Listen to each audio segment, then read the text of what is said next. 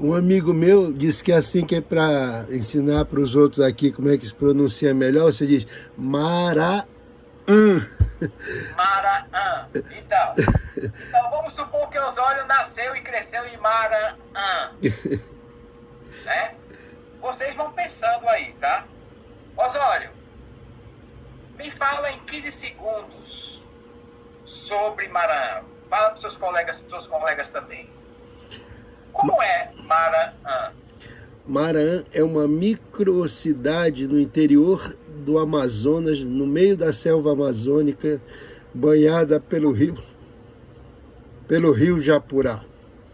Tem cerca de 10 mil habitantes e toda cercada pela natureza, 600 quilômetros em linha reta para Manaus, e o meio de transporte são os barcos. Interessante. Aprendemos muita coisa. Maraã. Eu escolhi Maraã porque eu sei que Osório é de lá. E eu acho muito bacana a divulgação que ele faz da cidade dele. Que o Osório mora em São Paulo e nasceu em Maraã, que é uma cidade pequenininha, 10 mil habitantes. Mas ele promove essa cidade de uma maneira fantástica nas mídias sociais dele. Então, eu acho que Maraã vem com esse toque para ajudar a gente, porque sempre o nosso exercício. Quer ver? Marina, fale da cidade onde você nasceu e cresceu. Aracaju. 15 segundos. É uma pequena cidade do Brasil, fica no Nordeste. É uma cidade maravilhosa, hospitaleira. E eu amo Aracaju. Ok. Regina. Fortaleza. Boa, cearense. É uma cidade bonita, maravilhosa, tem sol, tem praia. Por isso que tantos turistas vêm para Fortaleza. Ok. Camila. Fortaleza também, né? É a capital do Ceará, é a cidade litorânea, né?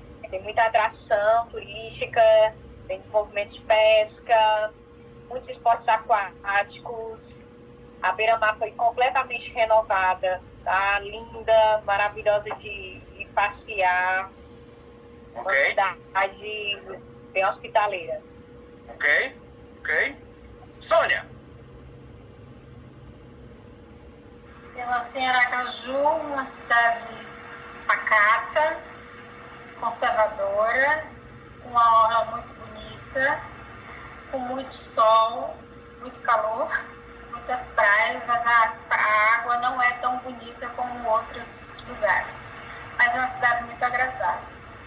Ok. Aida.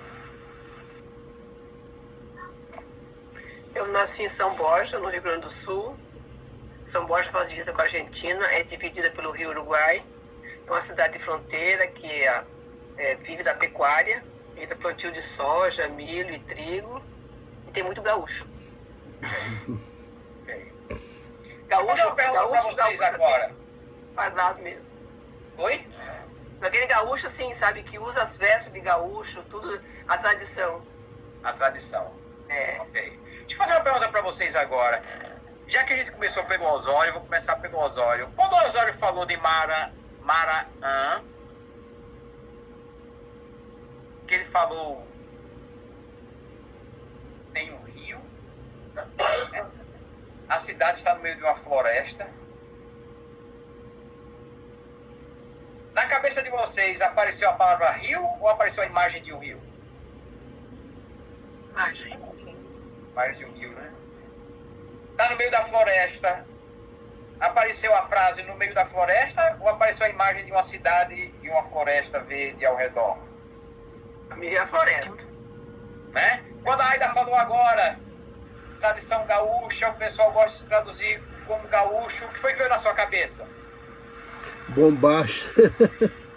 Exatamente. A bombacha, aquela calça, o chapéu, aquela camisa diferente. Qual é a informação que nosso cérebro guarda? É o texto? Não. Representação. E nunca vai ser. As figuras. E nunca vai ser. É a imagem. imagem. É isso que a gente precisa reforçar na nossa cabeça.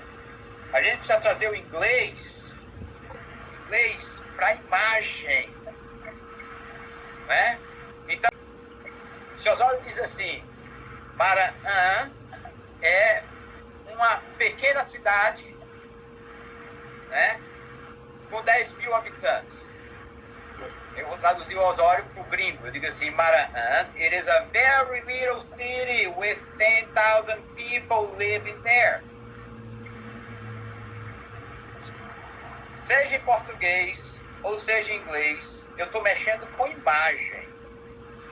A palavra, ela está carregada de imagem, ela está carregada de significado, está carregada de alma. Então, quando o Osório descreve a pequena cidade dele, né? Quando Marina descreve a cidade dela, Marina e Sônia, né? Uma cidade bonita, a Sônia, acho que foi a Sônia, tem muito sol. O que é que vem na sua cabeça? Solzão, aceso. Né? Então tudo está ligado à imagem e a gente está insistindo em vocabulário. A gente está no caminho errado, gente. A gente está no caminho errado. Por isso que a humanidade sobreviveu durante milhares de anos sem escrita. Que a gente não precisa de escrita para se comunicar. A gente não precisa de leitura para se comunicar. A gente está falando de comunicação. Você vai para a faculdade, você precisa de escrita, precisa saber ler, né? Mas para se comunicar, não.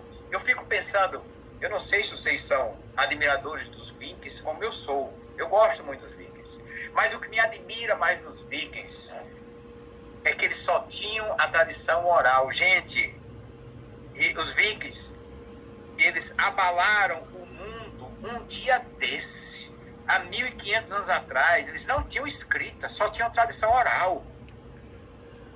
Eles invadiram a Inglaterra, invadiram a França, dominaram, subjugaram reis, viajaram o mundo inteiro antes das grandes navegações. Essa história que a gente tem na escola, de que as grandes navegações vieram a partir dos portugueses e etc. Os vikings já tinham viajado o mundo inteiro. Eles tinham engenharia naval absurdamente tecnológica, sem ter um texto escrito. Ciência sem texto escrito. Matemática, geografia, física, química, eles tinham tudo. Não é? Então, a aposta que a gente faz é a aposta da imagem. Não é a aposta da regra, não é a aposta. Eu trabalho a regra que os meus alunos trabalham. As meninas aqui que são minhas alunas sabem disso. Mas a regra é para a gente fazer alguns encaixes, porque depois que você aprende a falar I have a buckle, I have a shoelace, I have isso, I have aquilo, seja o que for, book, whatever, não tem problema nenhum depois a gente aprender que essa pequena frase que agora a gente domina, que a gente já usa para se comunicar e que a gente fala, né? Ela tem um pronome, ela tem um verbo regular, ela tem um pronome pessoal, um verbo regular, um pronome indefinido e um substantivo. Não tem nada errado em aprender isso.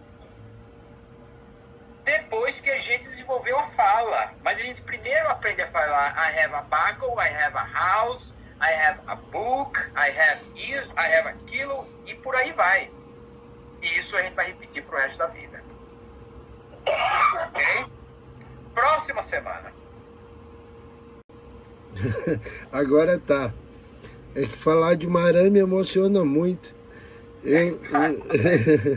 Aí, o senhor sabe que eu tenho um filho que se chama Osório de Maranhão, né? Nascido aqui em São Paulo, que eu coloquei esse nome justamente, eu não esqueço de lá, mas para não esquecer menos ainda, né? Todos os dias eu já lembrava de lá. E todo dia eu faço exercício com o Osório. Eu não sabia que você colocou Osório de Maranhão. Não sabia. Osório de Maranhão Barbosa, nascido em São Paulo. Ok.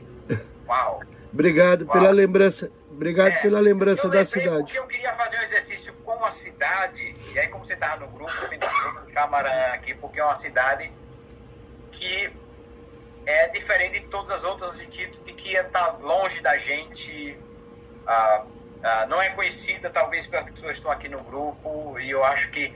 Porque Fortaleza eu já conheço. Eu também. Aracaju eu já conheço. Também. Talvez algumas pessoas de São Paulo eu já conheço. Talvez você não conheça o Aracaju.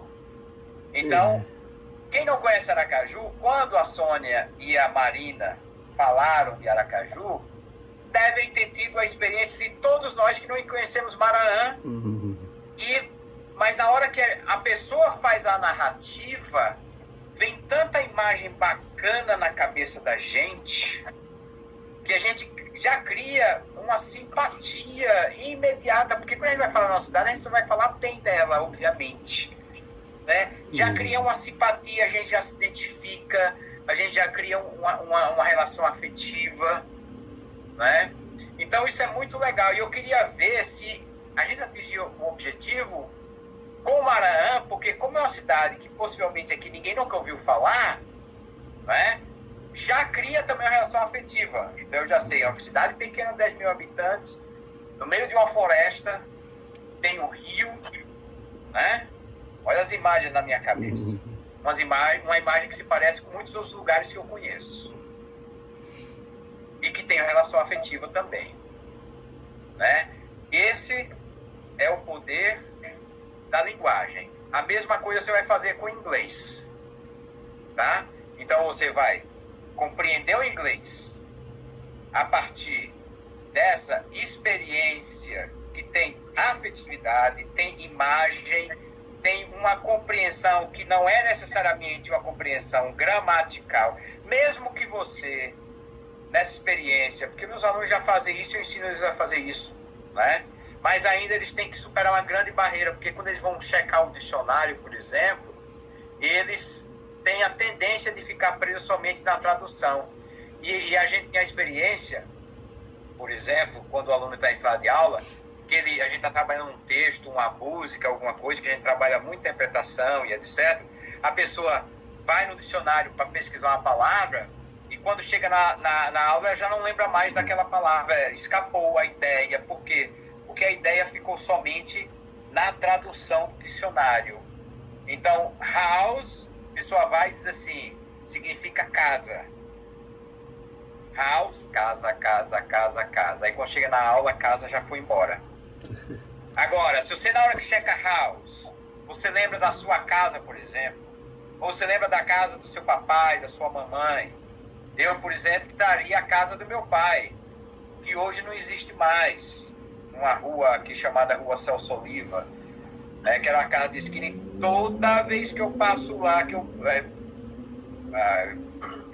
transito muito ainda no bairro, né?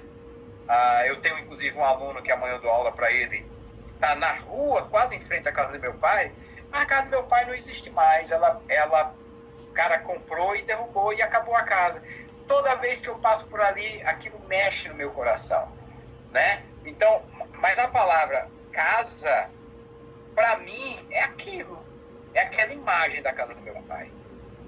Né? Então, se a gente fizer associações que estejam ligadas à nossa afetividade, a gente nunca mais precisa voltar a um dicionário para a gente poder entender o que determinada coisa significa.